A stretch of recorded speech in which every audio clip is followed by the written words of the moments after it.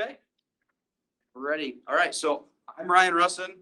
I'm going to kind of preface this talk with saying that, and introducing myself, that I'm not a Kubernetes expert.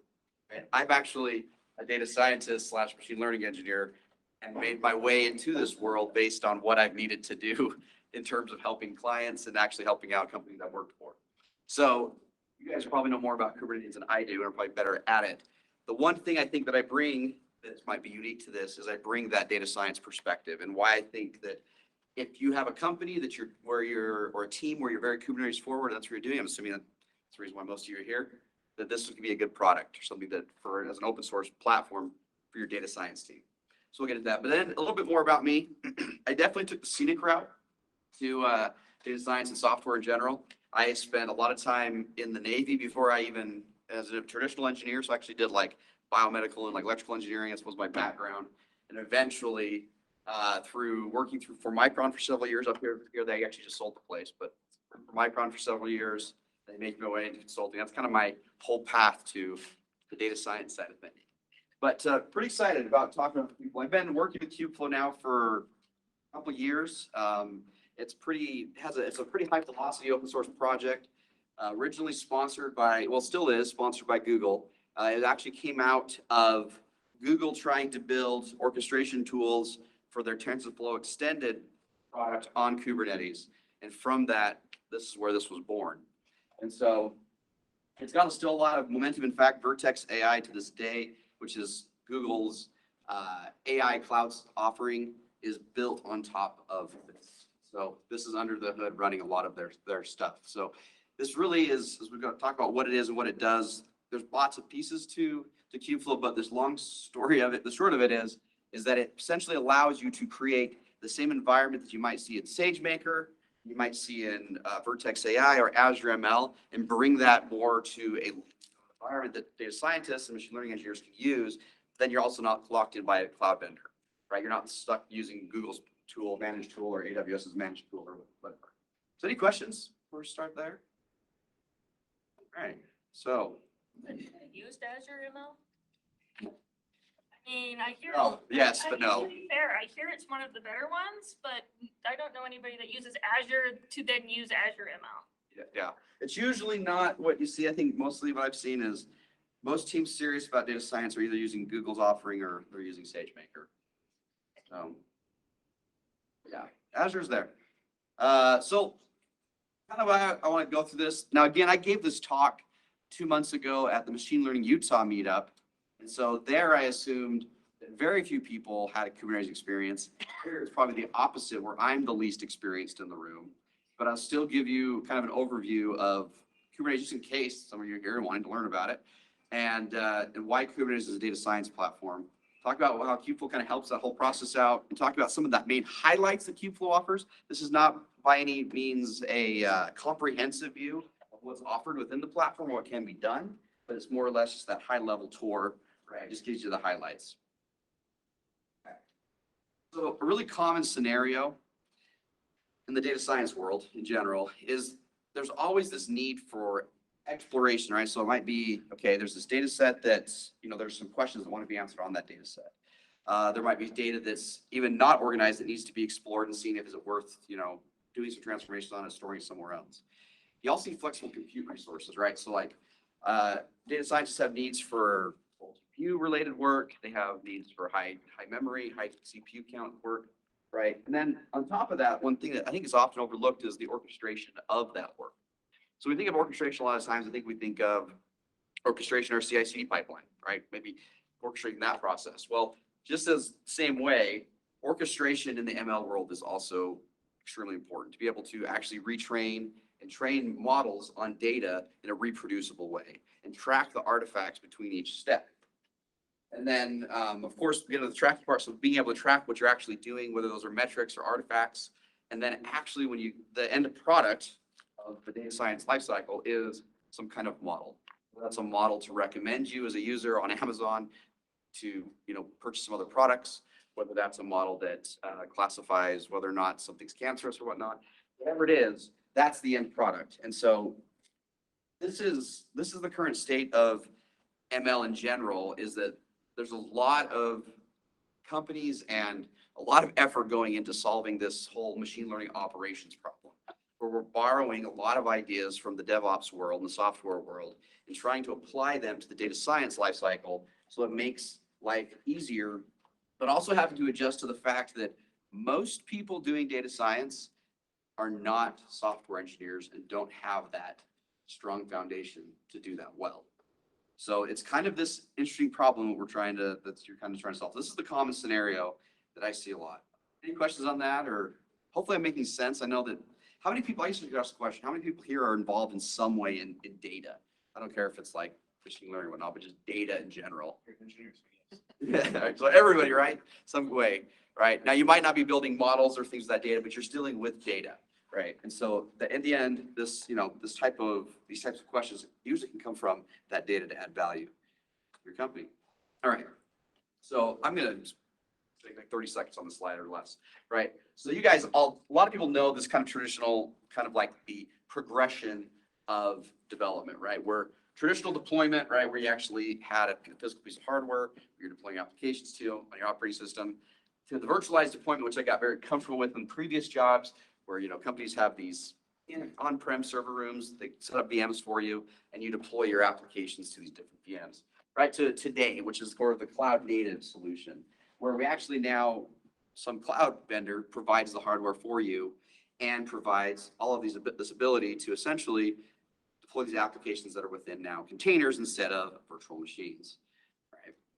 So again, looking at Kubernetes from a high level, I don't want to spend too much time on this. You guys know a lot of these things, but right, you're just breaking things down now. And the cool thing that really cool about from the data science perspective of why Kubernetes is such a great platform for data science is this idea of distributed compute. It's already built into the model, right? Kubernetes did it so that you can easily deploy and scale out your applications. The same thing applies to data science. Oftentimes you're dealing with data that could be several terabytes in size, and you have to process through that data and create some model from that data. And distributed compute is one of the best ways to handle that data. So again, like if you look at kind of the ecosystem of the data science world, it's very much migrating towards Kubernetes. In fact, I don't have it up here, but several MLOps tools are now starting to shift their focus and saying, okay, now we offer a Kubernetes version of our software. We offered a Kubernetes plugin, or not plugin, but like, they're able to now run their orchestrator or their tracking tools or whatever. They're able to now do it very natively on Kubernetes.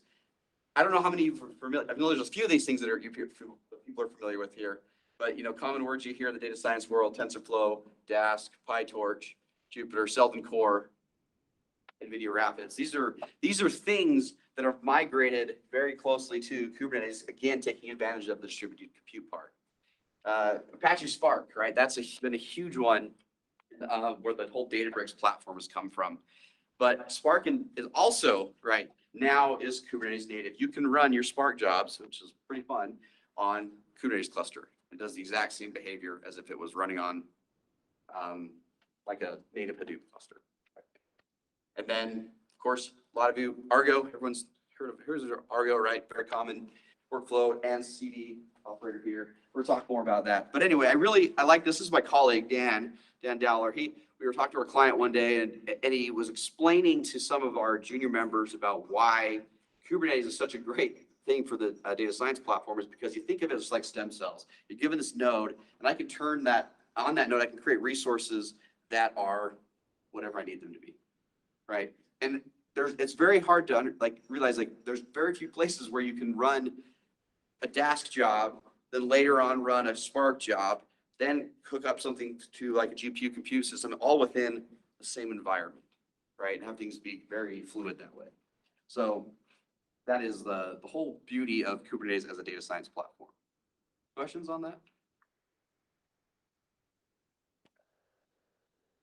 All right.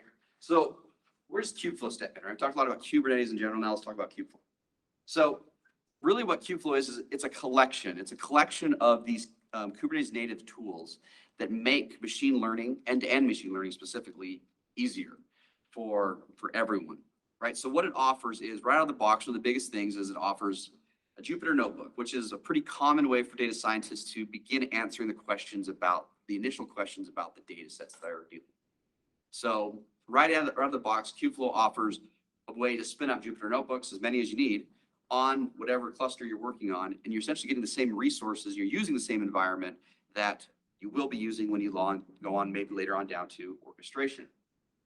So one of the bigger tools in Kubeflow is Kubeflow pipelines, which now takes and allows you to just orchestrate your different workflows, right? So you might have a data preparation job, you might have a job where, and then from that, you're going to now do some more feature engineering, which means you're just transforming your features in a way that could create new signals for patterns in your data, right? And then another job would be, okay, now I'm going to actually train a model on this data. And then maybe I'm going to evaluate the model. Maybe I'm going to actually do some what's called hyperparameter tuning, which we'll talk about, which is a way to tune your model. So that orchestration tool allows you to do all of that. Now, Cativ is another offering. And again, the cool thing is all of these, Jupyter is kind of its own thing, but all of these exist as like a standalone product at the end of the day. I don't have to, if I use Kubeflow, I don't have to use all of these, or I don't have to use all of them. I don't have to use none of them. I can use a mix and match of them. Cativ is a machine learning tuning tool that allows you to do hyperparameter tuning on Kubernetes. It allows you to, if you've ever seen or heard like on Vertex AI or SageMaker, it allows you to train multiple models at once, tuning different parameters, and allowing a search algorithm to kind of find the best combination of those parameters and ever spit out a model. That's what this Cativ product does. And then it offers serving, right? So again, I talked about the end result of Aaron. Sorry, so we were talking about Kubeflow pipelines and like orchestrating stuff. When are those Argo? Like if you're writing like a pipeline of tasks, are you working directly with Argo or like are you? Argo workflows is different than the Kubeflow workflows. That's what I don't understand. So like, Yeah. so how? Okay. I'm going to answer that question. That's a great one. So yeah, so the question is Kubeflow pipelines Argo? Yes and no is the answer there. Great. It depends. But yeah, we'll get there, which is good question. So then from the serving perspective, right, the end result of any data science exploration should be that you hopefully are now going to provide a model, right? Again, Kserve, which is the latest version of what was called KF serving. It's kind of nice. They've actually, the Kubeflow organization has taken KF serving and moved it more outside of its umbrella, just because it really needs to be viewed as a standalone product, because you're not going to be running your serving models in the same environment and the same clusters that you're actually training your model on. And then artifact tracking as well. That's just built into the whole ecosystem. So any other questions about this like high level? This is where we're going. So we're going to hit on all these. There we go. You had that, so I was gonna ask about the Argo thing, but Eric already brought it up. I feel like there's two separate, like are these separated into two separate possible ideas of workflows, like in your diagrams, right? Oh, yeah. Like, because I feel like, my thought, or I guess this is more of a thought than a question, but I guess, I don't know. I don't know where I'm going anymore, but I guess I was just thinking the bottom one seemed a little bit more like the difference, I guess, between like your data science approach, right? Of I built a model, let's see if we can just push it on up there, as opposed to like that ML engineering style thing where you want something to be like continuously trained and a little bit more automated and maybe have some tests in between and stuff like that. Like, I guess the question is, it does work for both of them, correct? Like both situations? Okay, I found a question. Okay, I apologize for that. No, that's good. That's good. We'll talk more about it. That's a good one. Yeah, so it definitely does work for that, right? You can orchestrate pretty much anything you need to do within the ML space.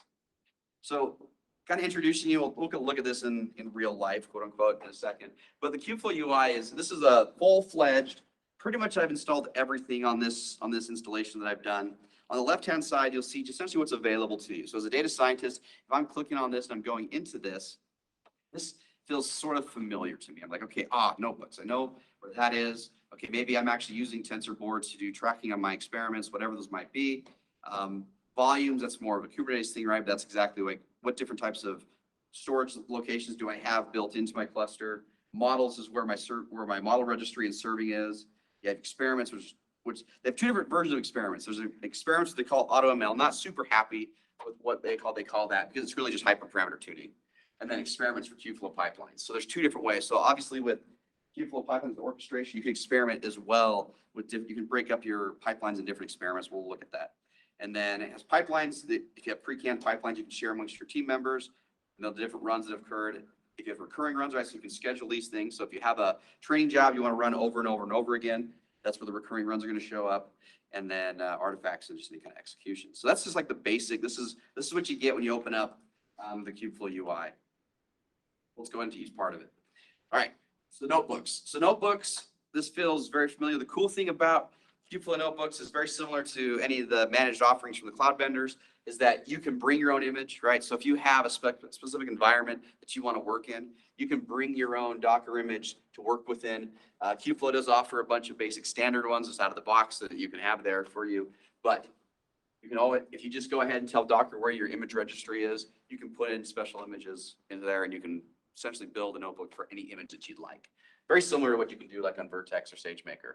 Again, it gives you, once you spin that up, you can tell it its resources. Do you want any GPUs attached if they're available in the cluster? Do you have, how much memory do you need? How much CPU do you need? And then go ahead and spin up that. And that gives you this environment. So again, people who's familiar with Jupyter notebooks? Just probably raise a hand. Yes. Yeah, they're great. They're great ways to get your hands dirty and explore. So this is just kind of an example of that. And it allows you that quick exploration, that fast turnaround for getting your hands dirty and kind of understanding what's the problem they want to do. Where does the code come from? Or like, where does it go? Like if you write it in a notebook that's stored, like, is it? You scrape it from that notebook and then up. Yeah. So like, So- you freeze it and check it in? Good, or- So when I hit connect, this is a great question. We hit connect. What's going to happen is Kubernetes system is going to provision what's called a pod. And think of a pod is where your containers are going to live. And that pod's got specific resources allowed for it, right? And so the notebook's going to spin up onto that pod, and there's going to be a volume. We look at the volumes part. It's going to attach itself to that pod, and that's where your code's going to live. Now, if you want to check it in to get, totally fine, right? But from a temporary perspective, that's where temporarily everything is going to, how that works. Would it be easy for someone to like start an experiment and explore, but then like lose their code? They like didn't have a volume or like. Yeah, so the volume automatically attaches, so it's part of the provisioning process. But true in that you should always treat, this is what I, clients and what we work with usually is always treat your cluster as ephemeral. So if you want to store something long-term, put it in a Git repo or put it in file storage, right? Shove it up in S3, shove it in GCS if you want to keep it long-term. So artifact tracking and where it goes is important. So built in underneath the hood in Kubeflow, which we're not going to get too much into, is a product called MinIO, which acts as like a local object storage. So it acts like a local S3, acts exactly like a local S3. And so that's where everything lives.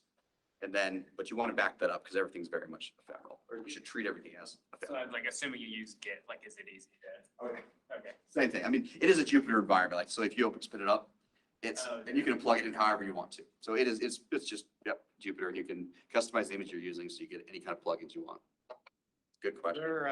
Is there autoscaler configuration and such for this? So like when that pod launches, you don't want it going on the manager nodes of your Kubernetes cluster and such. Is there configuration for all that? Yeah. How do you determine what nodes you want, what type of nodes you want? Fantastic. We'll look at that a little bit when we get into the notebook. I'll show you the interface because you can set the tolerations, you can set different types of annotated separate labels so you can actually get what you're asking for. What things we've done in the past with clients is we go in under the hood there and you definitely set, what's the minimum pod size required, what's the maximum pod allowed, based on the nodes you're trying to work with. A lot of the work we're doing on the Kubeflow is with AWS, so it's actually, you're essentially setting up all of your same manifests in such a way that you're restricting those policies, you're restricting how big, where this goes. So it's at the end of the day, you're dealing with Kubernetes right under the hood. It's just it gives you a lot of different built-in tools to keep. There's YAML for that. Lots and lots of YAML for that, right? So much. Cool. These are good questions. Anything else? Awesome. All right. So Kubeflow pipelines, which again, we'll run a pipeline tonight. We'll get into it a little bit more. But again, it's this idea of orchestrating your job. So here we're gonna look at a very simple pipeline, but the interface is pretty simple. Now, once you've created your DAG, which you actually do in Python, very similar to like Airflow, or if you do it in Prefect or even Metaflow, you create your DAG, right, in Python, deploy that up to Kubeflow, and you're off. Cool thing is each one of these components, right, run with their own image. Because at the end of the day, it's an Argo workflow under the hood.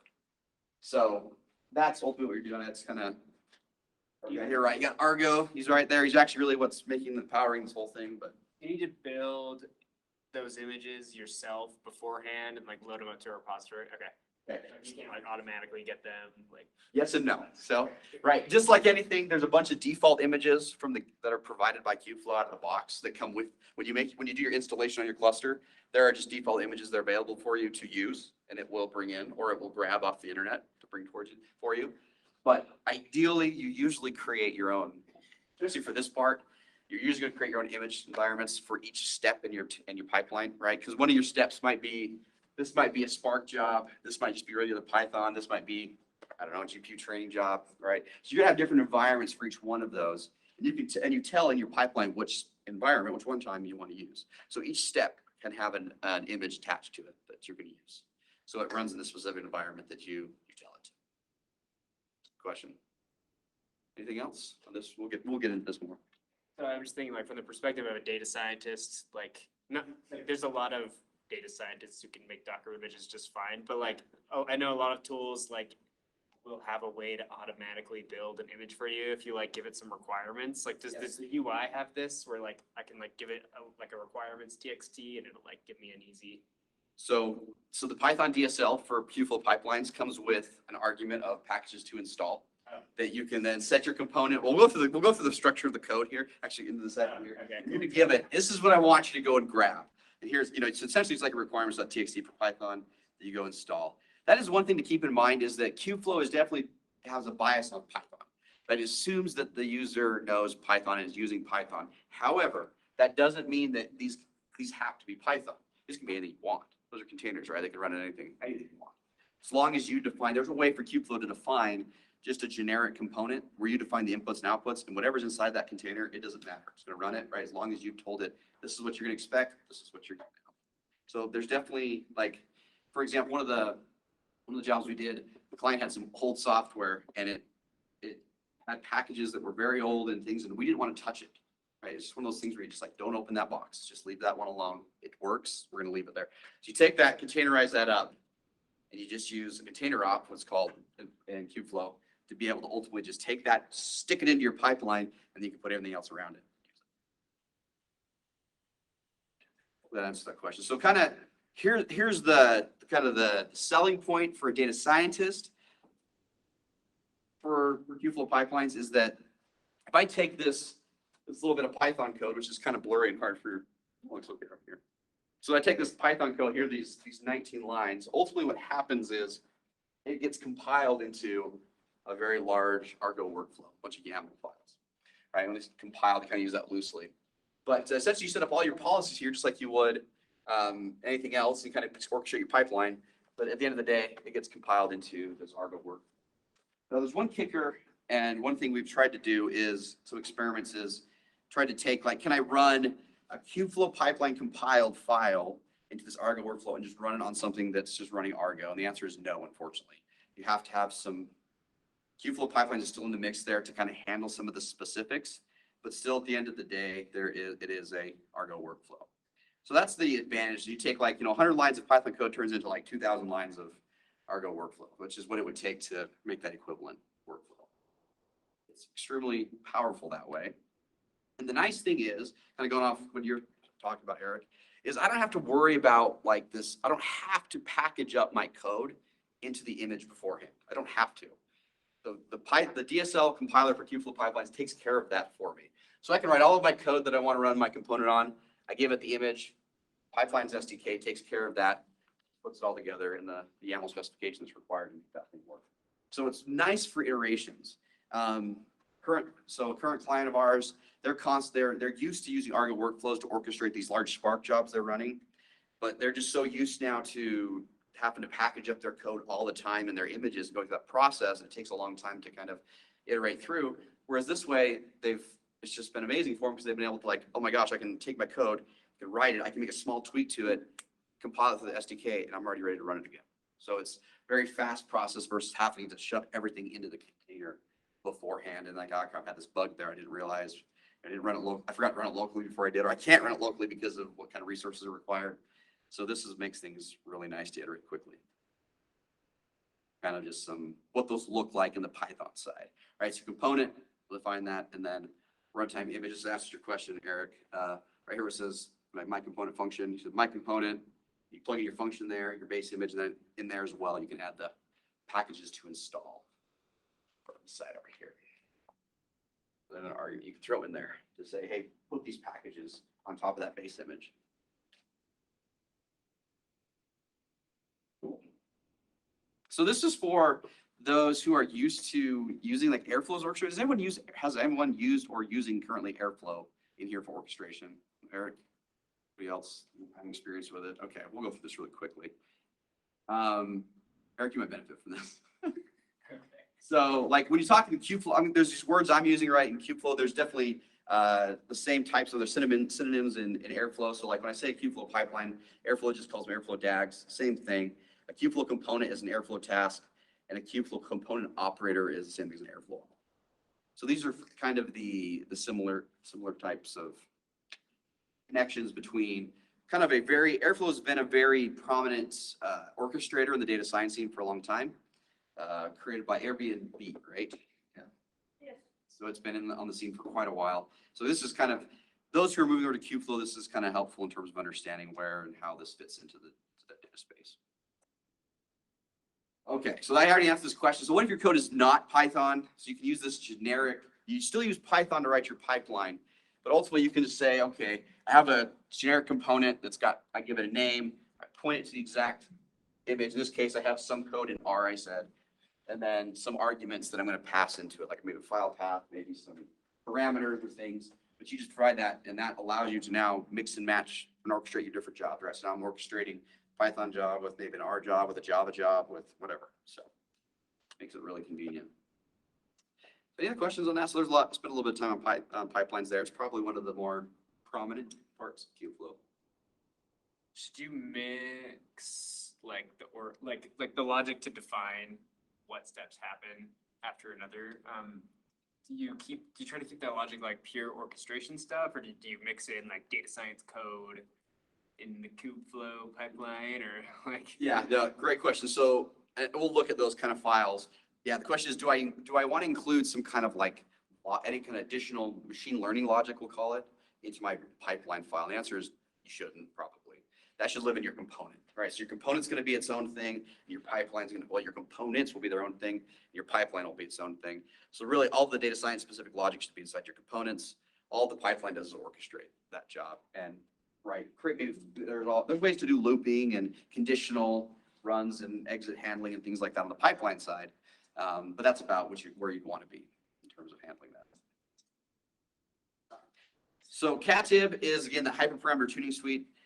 To provide context for this, as I know some of you may not be as familiar with what we mean by hyperparameter tuning.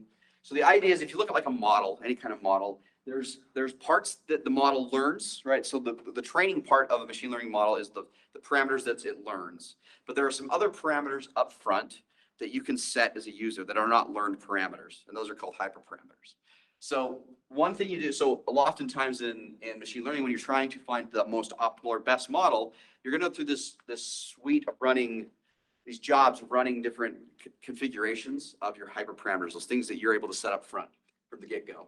So what you're seeing here in CATIB, what it allows you to do is now it takes that step of you provide a base image and some code, and it will take care of actually orchestrating out that hyperparameter tuning job. And it will stop when it's found the best parameters that you, based on the stopping criteria you've defined. So it handles, so it's extremely nice to be able to do that sort of thing. You can do that kind of thing already in a lot of different data science libraries, but the way this is handled makes it much more attuned to like what Vertex AI and SageMaker are doing. You're able to really scale out these hyperparameter tuning jobs versus I'm limited to what I'm running on my personal computer or my laptop. So there's that side of that. So really what you're seeing here, kind of what you're looking at, see all these lines. what you have here is all these are different runs that have occurred, and we'll look at these in real life here in a moment. And these are the different, so here's my output. In this case, it's my area under the curve I'm trying to maximize, and I have two different parameters I'm trying to tune, the number of estimators and the maximum depth of this tree, this classification tree. And so what it's showing me is the combinations of those parameters that result in the highest metric that I'm looking for. That's what it provides that nice little output for you, and it gives you, again, like where your parameters are. So in this case, in the second part over here, it's got like the parameter type of a number of estimators is the minimum is 10 I've set, and the max is 1,000. So I want it to look between, those two min and maxes. And in this case, it's just using what's called a random algorithm, which is literally just every time it runs a job, just going to pick a random smattering of collection, combination of those, and continue on until I tell it either you've hit the maximum runs, I told you the max trials, which is 10, or there's other stopping criteria. There's lots of different algorithms that are utilized in data science to actually define these parameters. Very popular one is just Bayesian optimization, which is it's going to use information from previous trials to figure out what's the next best set of parameters for the next trial. So as long as you're not looking to multiply parallelize out massively your trials, that Bayesian optimization is a very common technique to get you to an optimal set of parameters. So yeah, again, for the people who care, these are all of the algorithms that are available to you in Cativ, which is actually incredible. It's more than any of the cloud offerings you can give you. So it's pretty incredible that's there, especially the neural architecture search, which I haven't had quite enough experience with yet. But this is neat because this is actually an algorithm that helps you find the ideal architecture for your model. So if you're using deep learning type models, it'll actually help you find what is the right combination of parts and layers in your model to kind of use. Yes. As I recall, like there's a whole like workflow, like you mentioned on the slide, you can add an algorithm to Cativ yourself. Well, the workflow is like really easy, like develop it and like let the tooling handle it for you. Yes. As I recall. That is correct. Yes. Yeah, exactly. So if you have a custom algorithm, you can add it in there, but out of the gate, there's a lot of options already, which I mean, in most cases, this is going to be perfect for what you want to do. Great question. All right. So last in here is Kserve. So Kserve, like I said, used to be called KF Serving. I really like that the community has moved it outside of the Kubeflow umbrella because it really is a very nice standalone product. It can utilize a lot of different backends. So if you're familiar, there's like Selden Core. There's NVIDIA's got some. There's a lot of different types of serving backends that you can use, and Kserve can take advantage of all of them. So we look at the model interface in Kubeflow. This is what you get, right? So if I have this model here, it's going to give me where it's getting the model from, any kind of versioning and things I've got, and also too, it's going to give me some overview of like what the status is, what type of model is it? Because you can actually use transformers as well. Like maybe I have a model that just all it does is takes in data and puts it in another context. Right, but this case is a predictor, so it's going to return like a prediction result. You can tell it tells you exactly how much CPU, whatever it's going to use.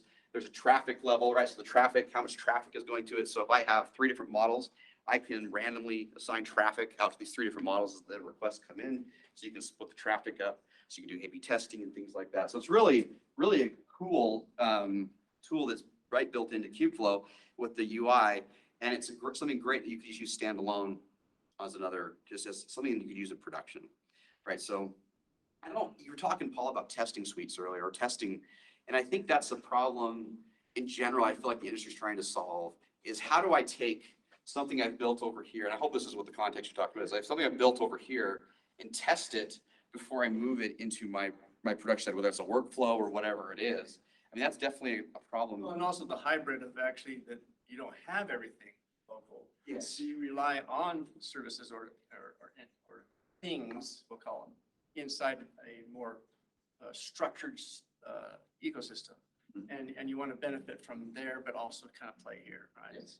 Yeah, exactly. I mean, there's whatever you guys find too, no, that'd be great to know, because that's definitely a struggle we're dealing with right now is how do you, that separation of environments, what's available, what's not. Yeah. I totally don't have an answer for that. I mean, I have opinions, but not an answer for that. My question was about serving models. We have a lot of orchestration systems behind Kserve that work that way. Yeah. Is Ray one of them, and/or how does Ray compare to Kserve if you've used it? Yeah. So Ray, with my limited experience with it, right, Ray is like another distributed compute system, right? Which is very flexible, right? It'd be interesting. I've actually not heard of it being used as a serving side. That's interesting. I can see The it. whole library, the For set of serving. API called Ray Serve. Awesome. Is literally for that. So I have not actually used that. So yeah, I don't have much of an opinion there. But I think of Ray, I put that in the same category as like Dask and Spark, right? It's distributed compute. Yeah. It's better in a lot of ways, in my opinion.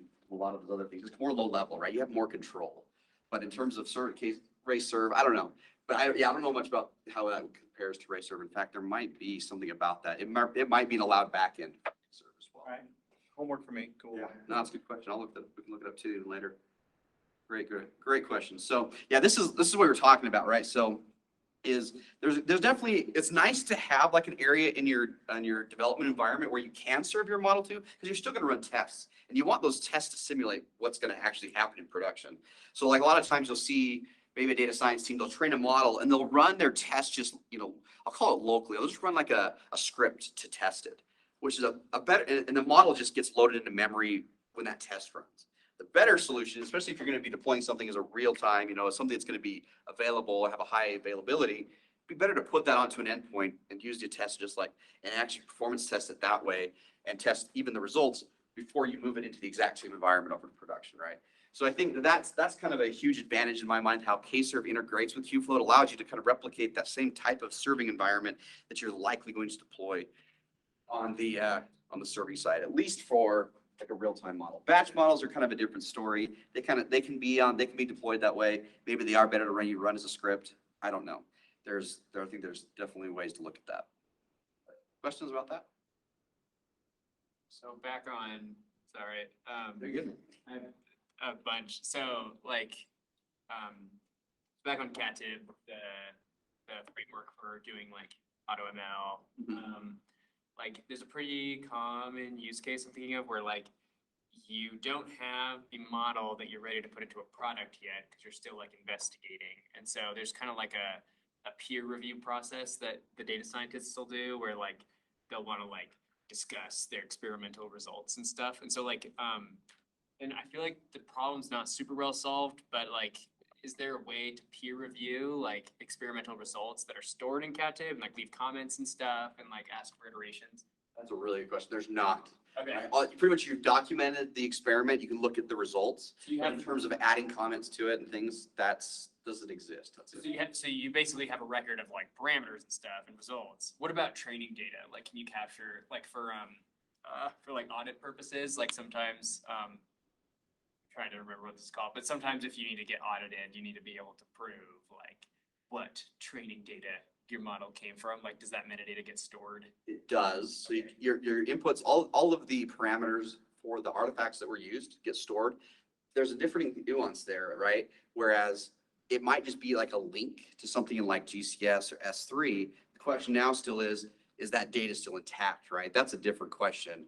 And that's something where like, I think tools like data version control, like DVC can help, but Kubeflow doesn't give you that type of like level of control where like I can actually take that data and exactly replicate it to the exact same set I used, right? That's a little bit beyond. Does that make sense? Like, Yeah. Can you at least save like arbitrary key value pairs? Of, Yes. Or yes, you can. There are ways to do those types of So things. as a team, you could standardize on like, in our CatTib results, we're gonna have this link to like S3 or something where the data set is and. Yes. Okay. Yeah. So usually, that's a good question. So usually what you would do is with your CatTib experiments, you would actually run those in a Kubeflow pipeline. You'd orchestrate that through, and the pipeline's going to track those artifacts really nicely over instead of just CatTib. So you can actually go to your pipeline run and show, okay, here's an experiment I ran for this. It kicked off these 3 hyperparameter tuning jobs. Here's here's all the work for that. I can click on those and go over to look at those then. Right. So there's this way to track the lineage of everything. And there is a lineage tracker in the artifacts. You kind of see how an artifact is moved throughout the system. Nice. Let's see. Another one I was thinking of is like that big data company, Databricks. Yeah. Yeah, they I think they're a sponsor of MLflow, which like Yes. so anyway, in their marketing materials they were showing that like you like train a bunch of models, you may already have a version of that model like in production in a REST API. And so now the question is like now that we've retrained, can we put that one into production? Compare your new experiment against the one that's currently in production, just to make sure you haven't like progressed. And so like they showed a review process for that where you could like track the two inferences over time, maybe visualize them, leave some comments, and then like they have like a little checkbox that like your boss has to come check before a trained model can be released. Like, is that supported here, like the workflow? No, that's a great question. It's not. In fact, today I was talking, right, to some people from the ML ops community. That was a question, is like, which of the other tools that you know pair well with Kubeflow? And that was what I said, was ML. Oh, nice. MLflow is a fantastic tool to pair up with this because it gives you a little bit more control, and there's a lot of features that MLflow has that Kubeflow still hasn't gotten there yet. Would you swap it out with Catib completely, or would you like link them somehow? I would just link them. I would just use I would just essentially use MLflow's tracking portion of that software Gotcha. and the model registry, Cool. and just use those in my code to store those values that go. So this is to say like Kubeflow doesn't really have a story for a model registry, or It does, like that's where the models are, but there's definitely more information that you might want to track at a lower level that it's not going to capture for you. That's kind of yeah, that's filling the little gaps in, but no, that's the right way to think of that. So. Yeah.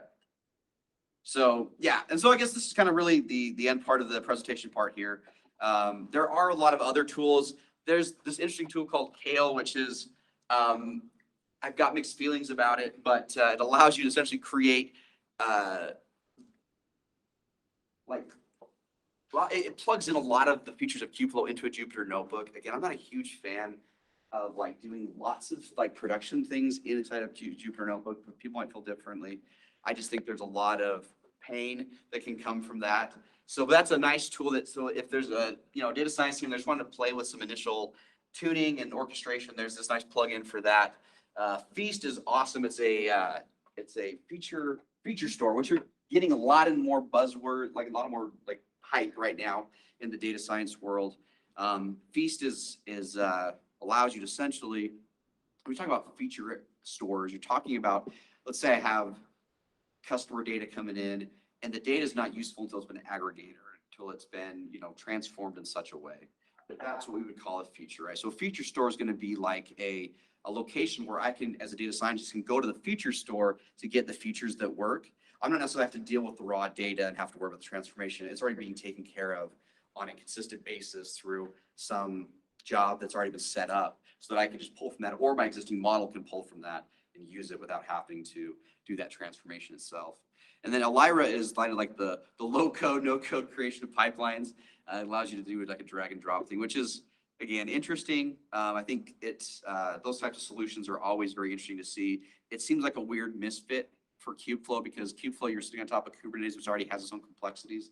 So it's interesting to me to provide such a low code solution, something like that. But I think there's always the low code solution. Whenever you go with anything, there's always the low code solution. So anyway, so here's my takeaway, right? So when is Kubeflow right? Like when does it work for me? And so I kind of briefly touched on this. The first is whenever you're migrating towards or have access to a Kubernetes cluster, Kubeflow makes sense, right? When you have more control over how your platform is performing in general, like your ML platform, again, Kubeflow makes sense. When you're trying to avoid kind of vendor lock-in or you have a multi-cloud situation, again, Kubeflow makes a lot of sense. If you're using Kubernetes and bare metal, your really only option is Kubeflow. And then you got a very capable platform team, right? So that's the biggest kicker here is if you have a team that can actually help support it. We've tried to help smaller teams use Kubeflow. It works when there's a little bit of a managed offering side, but in this case, I would almost say small teams is better off just using of kind of a vendor lock-in solution versus trying to manage your own Kubernetes cluster. What do you think is harder for the small teams, right? Managing Kubernetes with Kubeflow on top of it, or managing the Kubeflow on top of Kubernetes, right? Like which one is going to have the harder learning curve for the complete newbie? That's a fantastic question. Inevitably, since Kubeflow is so tied to Kubernetes, I think it's the first one. It's, do I understand the Kubernetes iceberg, right? Do I get, like, how deep of this do I have to know to use Kubeflow? Well, I'm probably somewhere here, right? I don't consider myself an expert. You guys here in the room might be all the way down in this area. But like, I think that there's inevitably what happens in a smaller team is you start using it, someone's going to get pegged as the Kubeflow guy or the Kubernetes person. That's going to be their job full time. And they're going to hate their life because they're constantly going to be managing it. People are going to be constantly breaking it, right? So I think that's where it comes with the capabilities of the team. So if you want to take advantage of Kubernetes, not just Kubeflow, but Kubernetes in general, there's got to be an investment on the company side to bring in people who want to know what they're doing with it to some degree. I don't know. Yes, yes. Does it depend on the cloud at all? Because, I mean, Google's kind of pioneered this and it's super simple to install Kubeflow on a, like, what is it, GKS cluster? And whereas like with AWS, there's so many, you have to jump through, and the whole client library is like built for Google Cloud. And so I just wonder if, like, how much easier it is to run it on Google Cloud versus AWS. Yeah, that's a great question. In fact, I actually prefer running it on AWS. It's actually easier to set up. Google has got a lot of great security features, but that also makes it a really, really hard thing to do. So it's easy to spin up Kubeflow on a bare GKS cluster with very nice network permissions, very open network permissions. When I try to set up GKS with what I would expect to be set up with, Kubeflow becomes quite difficult to deal with that. For my personal experience, I've got a repo here that has a GKS deployment, an EKS deployment, even a microcase deployment if you want to look at it, want to play with it locally. But I find that the EKS, the Amazon, is a lot easier to deal with than the GKS side. But you're right in that you missed it early on when I was talking. I think you didn't miss the first part maybe, is that since Google's pioneered this project, not just Kubernetes, but Kubeflow as well, a lot of the stuff that Google's doing with the open source project now is powering Vertex AI, right? So you're using Kubeflow pipelines to power Vertex AI in a lot of ways. And so there's this whole, like, if you look at the Kubeflow SDK, there's a version 1 and version 2. Version 2 is pretty much Google's baby, and they've taken that and they've run with it. They're trying to get version 2 into GA to make it more accessible to everybody for the entire community. But right now there's kind of these two camps. There's this dichotomy that exists. And Google still has kind of control of the project in general. But you're right. But more have stepped in, like AWS, IBM, Azure, Ricto. They've always been part of the scene. They've kind of stepped in, and Kubeflow is becoming more easily available on these other hyperscalers. That kind of answer your question? No, Yeah. definitely does. Any other questions? I want to stress again, if you're going to go the Kubeflow route, like there's a lot of benefit to it, a lot of flexibility to it. But you need a group, not a person, a group knows Kubernetes and is willing to bridge the gap and has time and onus to do so. Not like I'm actually serving this other group and the data teams get second citizen class status. That's so important to making this work. Yeah, I agree 100%. And that's kind of like the when you should you run away from it, right? And that is when your team has little to no experience with Kubernetes and you're not going there anytime soon. Don't even start. You're just gonna give yourself a headache. When your team's too small, right? You don't have anyone who can really own it. When you're only using mono cloud, like it might be that SageMaker or Vertex AI is enough at that point. Right? You don't really need to jump in all the way. And then when scaling your tooling needs are already being met by some other way, again, I don't think you should jump over the fence. So there's kind of like this, that's my opinion. Like that's what I would recommend to any client or any person looking to get into this is that's kind of where that maturity level where you jump through that, whether your team's supporting it, people willing to do it. And again, like I was just having this conversation today, SRE or, DevOps people, they might want to just use Argo workflows because it's familiar. I know how that works. Why use Kubeflow pipeline? It's just an abstraction on top. This other abstraction I already know, right? And so the point is that the person using the Kubeflow pipelines is the data scientist who's familiar with Python and familiar with how those work. You might not be familiar with it, but it works for them. So there's kind of this mutual understanding that has to occur. Like, why do I have this tool? Well, it's not for me. It's not for my platform people. It's for the people using that, right? And that's the experience that we're trying to represent. So that's it. So again, like last thing, it's like don't think the message definitely takeaway is I'm bullish with Kubeflow, but I'm also understand that it's not going to solve all your problems. So it's like I'm not going to try to shove every problem into this little nutshell here. So yeah, all right. Oh, and like I mentioned, there's some deployment options. So I've got this repo here. You guys can grab it. I'll post it on the Slack channel as well.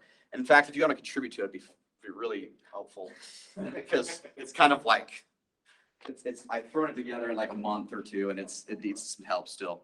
But it's just got these 3 different deployment options. So if you want to get started with Kubeflow, you want to mess around with it, here's hopefully a good start with it. The caveat is that I am totally, for the GCP solution, I am deploying a more secure solution. And that's comes with its own kind of issues. There are definitely easier ways, like you pointed out, to deploy Kubeflow on Google Cloud. And there's, yeah.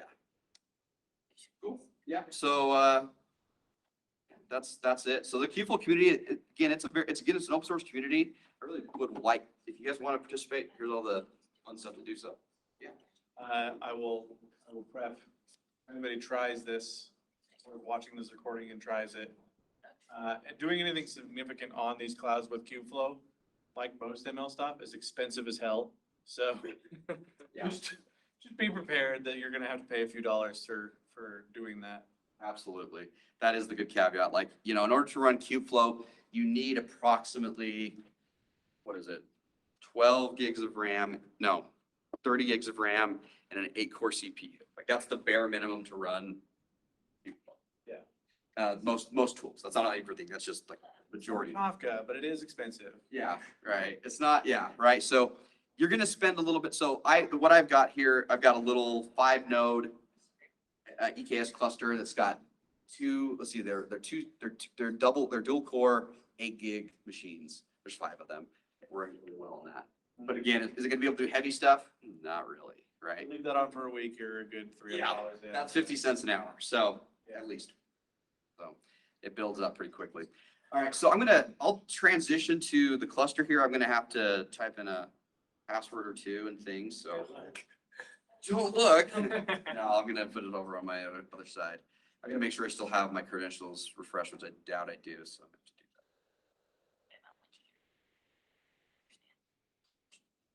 that. I will share it over here once I get that going. Have you learned any kube control commands since the last time you did it? I know a few kubectl commands. Yes, I'm sure very. Careful that I need to leave. people like when you say it that way. That's how Google says it, so that's what I've been. Yeah. No, I called it kube control as well, and I got, no, that's not, yeah, it is. Is it Kube or Cube? It's a great, whenever I do the Kubeflow, I'm like, oh, that's kind of weird. Whatever makes Paul not twitch, that's what you This say. makes it a spicy meetup. Oh, man. Let's see here. Hey, Russ, Pachyderm, I mean, Yeah. Oh, I I was waiting for that question to come I up. asked you about that at the last meetup, so I was giving it to Paul. Good job. yeah, Paul. because I met it with Pachyderm people Love Pachyderm. many years ago. Yeah. They actually And- say, they say run Kubeflow on Pachyderm. Oh, do they? That's what they Okay. say. Okay, so I was just wondering I kind of mean, where the. You don't have to, but they published blog posts about that for a while. Sorry to take that out of your So mouth. is it a complementary thing, or is it a Can't be. different beast? I'm sorry, go ahead. Mariah's on the right path there. She knows. They what's did talking about. add, so the original Pachyderm offering, right, the one that was just versioning for data, Yeah. I think is complementary. They've been adding a lot of pipelining. Jupyter Notebook support was one of their biggest new releases. And that would not need Kubeflow on So it top of starts to it. overlap and. Basically, yeah, It's a competing they product. have more paid services that are parallel too. But as far as Pachyderm does require Kubernetes to run. Yeah. So in that, I think they definitely are tackling the problem the same way. Right? How can you enable the data practitioner that's not necessarily as engineering experienced Mhm. to deploy models and complete their workload in the most efficient way? And definitely, I think they did end up going in a competing route more recently. Well, the benefit I saw early on, this is years ago, was this notion of a versioning. Of the data, yeah. Data version, that's the strong. Experimenting this, bringing it in And and they out. still have that. I believe that's even open source. Yeah. Yeah. Yeah. So Pachyderm, the big difference there is you can manage is the paid services, right? That's the key there. So Kubeflow is 100% open source. You just have to be able to manage it yourself, right? Whereas Pachyderm is going to provide you services that'll make life easier, but you're paying for, right? I think that's the takeaway. There's things that Kubeflow does that Pachyderm doesn't do. Serving, for example, right? So, but so there's overlap, and this is the whole problem with the MLOps field in general right now. Is it's just there's so many fragmented tools that are provided. At some point, it's going to distill to a few winners in my mind. Just, yeah, be acquired. Yeah. Yes. Kubeflow doesn't have, like it's Kubernetes, like in that it doesn't have even a support option. There's just like vendor No. provided stuff. If you want managed Kubeflow, that's what a Ricto does. Yeah. So they're contributors to the project, but they offer a managed Kubeflow offering. So if you want it, but you don't want to deal with it yourself, they essentially provide that service for you. Like SageMaker is pretty close, right? Like if you wanted something, you could go a SageMaker route or whatever you were calling the Google one. If you're going the hosted Kubeflow, you're isolating yourself from the rest of your Kubernetes ecosystem. 100%. No, I definitely agree. So it's really just avoiding the vendor locked in. You're tackling a different problem, but I think the reason that they don't necessarily have a hosted Kubeflow is because they have an automated ML offering already. And it becomes a question, well, you can just automate your ML. Do you really need that to be in the same ecosystem at all as the rest of your engineering stack? Sometimes you do, a lot of times you don't, so it doesn't matter. This is kind of the Google pressure that he was talking about Yeah, to 100%. move towards like Google services could back this. Wouldn't that be nice? For Yeah.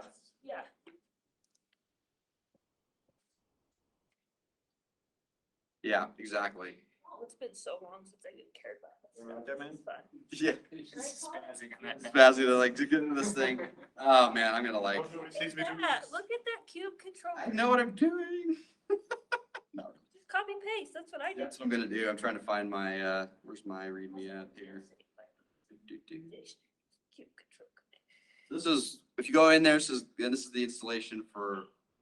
Customize and everything. Oh yeah. Let's see, this is what I want. Look at that. Okay. Theo. Oh, you've lost us.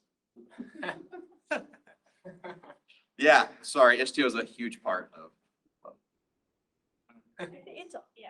It's a big part of it. Doesn't come in small, so. It does not. Let me share another screen here. So I think just for like sake of time, I'll let you guys go explore the repo. Here it is. I mean, here's this, oh, I'm not even sharing it. Give me one moment. We don't care about time in this meetup. Did they not? I hope. Until 11 one night. Oh, wow. Wow. We could really we could really do some stuff. Well, that's a regular occurrence. All doesn't stay that late. Not anymore. All right. It's real. So like, again, so this is running on AWS, right? I just port forwarded the local host there to be able to log into it. But this is ultimately what you're kind of met with, right? So if we wanted to create a new notebook, I think we had the question here. We'll go ahead and just call this test 2. Everything runs in like, you can technically tell it what namespace you're in. That's kind of the way Kubeflow's isolation is what namespace things are running in. There's definitely still some security concerns which are being addressed in the next version of Kubeflow, which is great. But right now, for example, like a lot of the min.io storage is all like shared one place, right? So that's potentially can be an issue if you have two teams that should see each other's data. That potentially somebody can see each other's data, Oops. right? So that's one thing. So again, custom image, if you have it, your registry hooked up there, these are like the defaults that Kubeflow provides for you, like a SciPy, PyTorch, CUDA, TensorFlow, whatever. We're just gonna use the basic SciPy one. And I think I've got enough here. We'll do one CPU. Hopefully, I should have enough nodes working. This will work. I might have to scale it. No GPUs on this thing, so really, really small. And Eric, here's that question about volumes, right? So when I'm setting up my notebook, again, I can create a new volume. I can attach an existing volume, but I can set the size and things of that volume, and it will add that to it. Configurations, right? These are going to be like pod defaults that need to be attached to things like that to when this thing spins. And then, of course, like we talked about I think there's a question about around affinity and tolerations, right? So I can actually target what type of node this thing gets targeted to. We're gonna hit launch. I hope this is gonna go. It might not if I don't have enough nodes. Again, it's a small cluster. We'll come back and look at that in a second. No, small clusters. This one's 5, but it's like 5 node. Actually, I think I moved to 6. Let's see. It's 5 or 6 Raspberry Pis. It's 5 or 6 Raspberry Pis is a really good way to look at it. Yeah. 5 cores with 8 gig of RAM, not the 4 gig version. Those are crap. Yeah, that's definitely the kicker there. So let's see, how many do I got here? I got 6. I added one in there. Okay. So I might be all right. So, all right. So tensor, we're not going to worry too much about that. Here's my volumes again. I can control them. I can delete them as long as they're not, attached to something already. It'll let me do it. Here's this model. We'll kind of just real quick walk through. This is like a default model. Actually, literally in the last week or so, I didn't even realize this till tonight. Kserve completely changed the image for this, so even the models deployed, it actually doesn't work. So, and I did create my own custom model, which I should have done from the get-go, but I didn't have time when I did this last. But anyway, this is kind of the interface you're looking at. Again, you have the details about it, brought it up, like where you're getting the model from. In this case, it's just pulling it out of a Google Cloud Storage bucket. Yes, I'm on AWS, but this is just their model examples on Google Cloud Storage. Tells me exactly, again, what like my machine looks like for serving. Any kind of annotations. Again, I got to get rid of HDO because it's going to cause me proxy issues when I try to actually hit it. Gives the logs, again, what's happening. This is the reason why it's failing. They changed the image on me and it's missing it's an older version of scikit-learn or a newer version of scikit-learn that doesn't have what this is looking for. Yeah, so again, you have your traffic components, status, right? You can definitely adjust all those things. So it's great that way. And then again, there's just the serving endpoints are up here, so you can hit them. So the AutoML experiments. So here's one. I'll just grab an old one here, right? So this is again that interface we're looking at. If I go to the trials here and I start going through these, it highlights, each one of these, and it's gonna bring up like what is the best trial in this case, right? So it's this guy right here. This turned out to be the best one, and here's the parameters that were used. So then when you go and deploy this model, those are what the parameters you want to use for your model when you retrain this thing. So pipelines will run because it's quick and easy. So I'll go ahead and just spin up. I'll send a pipeline to it. Let's see here.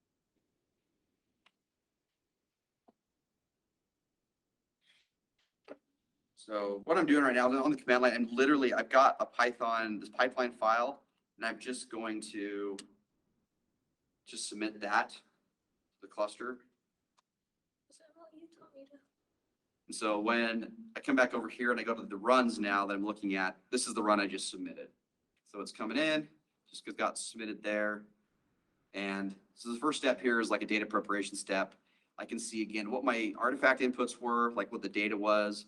It shows me what were the outputs of this step, like the different paths to the artifacts in MinIO. If there's any visualizations attached, you can actually visualize some things, attach it there, gives you more details. You can check out what got mounted to this pod, if anything, like volume wise. You have your logs, you got your pod specs, your events, and then this ML metadata thing is also, again, just more tracking. So again, this one tells me, all right, what was the inputs here? So this was coming from this guy. These are what, here's the inputs going to this. This is a training job. Now, the evaluation job takes the data that was prepped here, the testing data, and applies it to the model that was trained here. So what's passed on here is the model artifact right here. And then just like where the test data is so that it actually can run it. What's kind of fun too is you can then use Kubeflow to kind of log your metrics. So if I go back to my runs and I want to say, okay, I want to look at these pipeline runs I did, I can compare those. I've got these metrics logged over here so I can actually see like of these runs, which of these models was the best or turned out the best. This is a really crappy model, but that's okay because I'm using a very small subset of the data that I have just to make this work. Anyway, that's kind of like, that's the cool part. So when you have experiments, if I look at these runs again, it'll tell me like where these are all under. So in this case, it's under this random forest classifier test that I created. So if I go to my experiments here and I look at that, I've got all of these things, these runs are lumped together and they have all the scores here with them. So you can quickly see any metrics that you tracked and get an idea of what is there. And then if you want to again see the pipeline that was run, you can see exactly what this is. You can click on the run itself, get the details. It's all there. So it really makes the artifact tracking just really nice. If you really want to go through the whole like there's a whole, let's see, if I can get the lineage. It's not always. Yeah, I don't think I actually installed the lineage part of this. Cool. Anyway, that's enough. So let's see if our notebook's up. Oh, it is. So, okay, so our notebook did connect. So I go and connect it. And again, this just puts me in regular Jupyter environment. So nothing fancy here, just Jupyter Lab, and I can start doing my stuff. So, and it's just, again, whatever image I provided, it allows me to begin coding in that environment. So, I don't know if this makes sense, but we had like Cube costs come a while back that kind of help you understand the cost of your cluster, the services, the things are running. Yeah. Is there an idea or a way of actually understanding the cost of a particular model or a cost of a particular run? Because there may be some variables in there that may be okay, not as accurate, but a lot cheaper to run.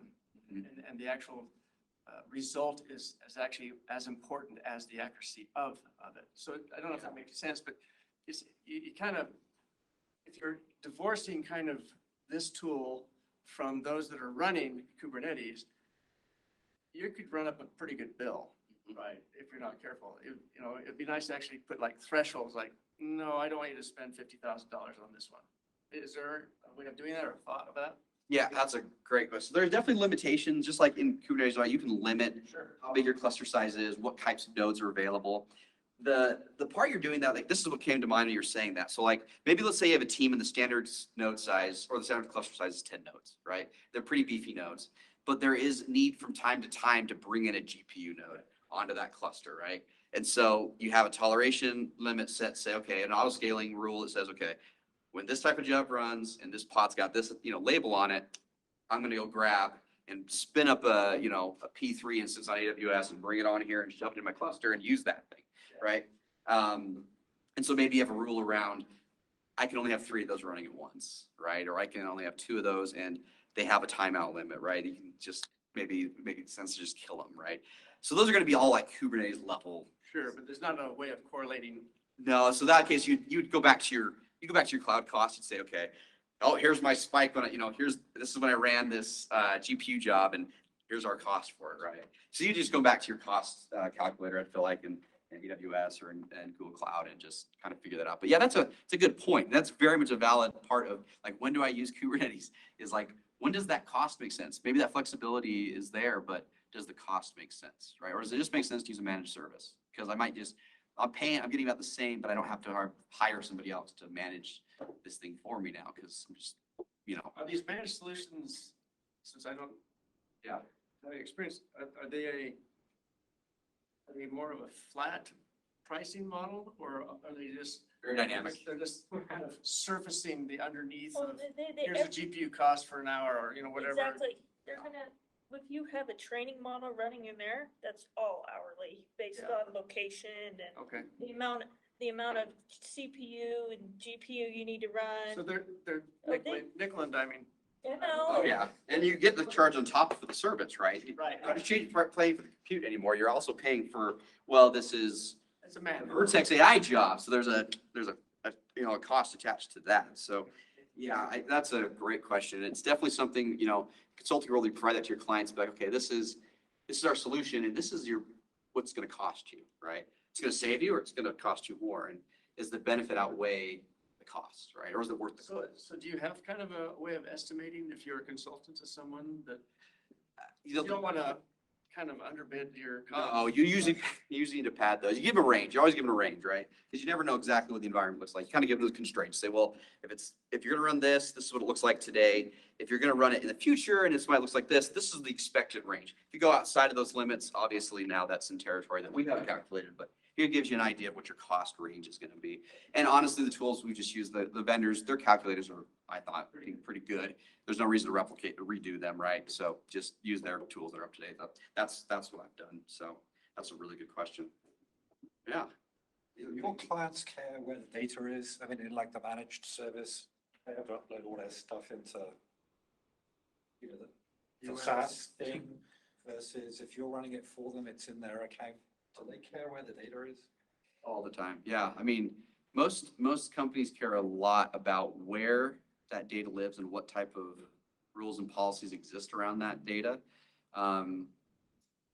So obviously, I think when it comes to, I think from a security perspective, Google is probably the easiest to set up like a holistic security policy for a lot of your different parts. I'm not being a proponent on either one of these, but I think that, yeah, that's a constant question that comes up is like, where's the data going to live? What's the policies around the data? Is it part of like, it's inside our, is it in our VPC, right? Is it part of our network inside of our cloud network, or is it, where's it at, right? And so that's a big thing. And then of course too, that's the other part of like containers, which are great, but also the hard part is vulnerabilities, right? If I start grabbing stuff online and bringing them into my environment, I'm potentially introducing vulnerabilities, right, into my environment. So I know that's a whole other topic. I'm sure that's been touched on in this group as well. But yeah, there's just, yeah, they care where their data's at and where it lives. So that also might strive them towards one solution or another. It's like, well, I've already got all this data in BigQuery. Maybe it makes sense to, just do Google's managed offerings and not really worry about other things. Or we've got, all our data is in S3. That's great. We still want to use Kubeflow, right? Because it's already there managed in S3 and we hook it up to S3 just fine. No, that's a good question. Any other questions? We like this, and then if anyone has some Yeah. additionals, because Cut their- I know we could keep on going, so anyways. Thank you very much. Then, I'll stick around, yeah. is it okay if you want to stick around? Please, yeah. Cool, and Want me to stop the if you would, please, if you. hit